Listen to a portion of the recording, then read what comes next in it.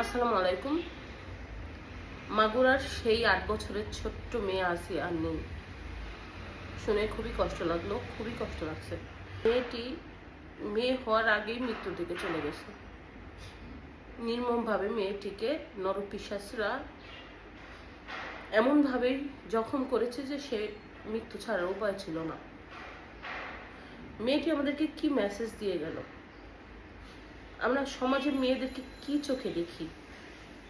আমরা ভুলে যাই যে মেয়ে মানে মা, মেয়ে মানে বোন, মেয়ে মানে সন্তান, মেয়ে মানে বউ।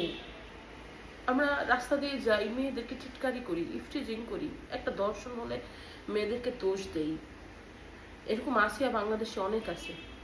এরকম আসিয়া আমি নিজেই, আপনার 2012 সালে দুটি মামলা হয়েছিল ডেমরাতে, দুটি কিশোর রেপ করে মেরে ফেলা হয়েছিল।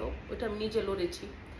বরিশালে একটি মেয়েকে রেপ করে ফেলা রাখছিল, ওটার জন্য আমি অনেক কিছু করেছি আওয়ামী লীগ সরকার আমলে। তখন মামলা নিতে চায় না, আমরা অনেক কিছু করে মেয়েটার ন্যায় বিচার পাওয়ার চেষ্টা করছি। আসলে এরকম আসিয়া অনেক আছে আমাদের বাংলাদেশে। এরকম আসিয়ারা ধর্ষণ যখন হয় না, তখন সমাজ এই আসিয়াদেরকে মেনে নেয় না। আপনার পুলিশ মামলা নিতে চায় না।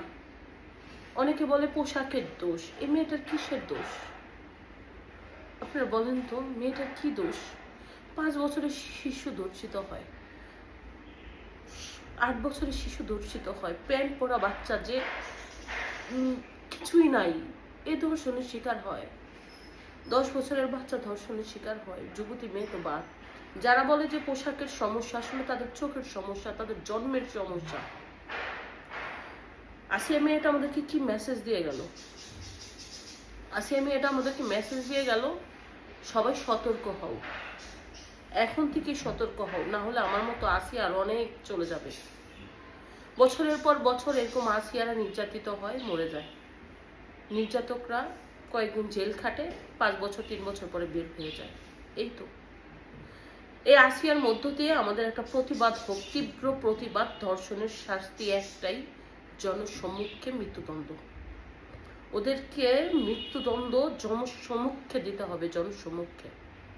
এটাই হোক আসিয়ার মৃত্যু দিয়ে আমাদের কলঙ্কিত সমাজকে মেসেজ, যে আমার মতো আসিয়া যাতে না যায়, আমার মতো আসিয়া যাতে তিলে তিলে মৃত্যুর মুখে না যায়।